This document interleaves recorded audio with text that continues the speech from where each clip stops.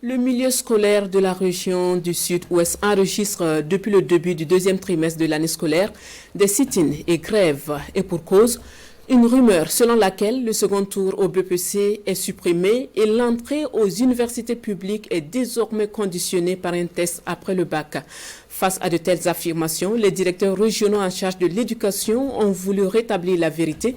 C'était au cours d'une conférence de presse suivie par Oumarou Sagnon et Lambert Soma.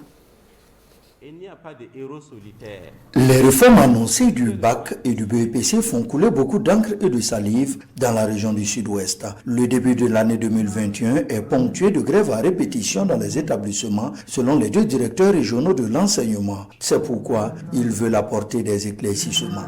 On aurait appris qu'il y aura un test pour entrer à l'université. Ça, c'est ce que les gens ont dit. Les textes même qui vont ramener le bac au secondaire là, ne sont même pas encore élaborés.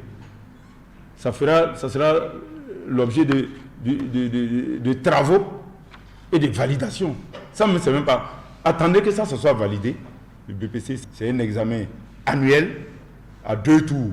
C'est bien précisé, noir sur blanc, à 2 tours. Deuxième épreuve d'histoire géo et d'SVT qui ont été supprimés. Et ça n'a pas été supprimé en cachette. C'est en public et on l'a dit.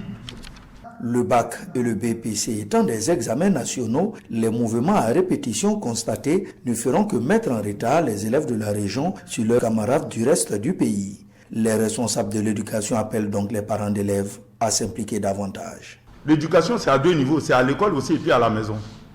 Il faut suivre ce que l'enfant fait. Sinon, la rue s'en charge. Et c'est ce qui est en train de gagner le Sud-Ouest. Mais c'est la première fois que je vois autant de manifestations à la fois, sous un silence... je ne sais pas, peut-être un silence, je dirais, complice de la communauté.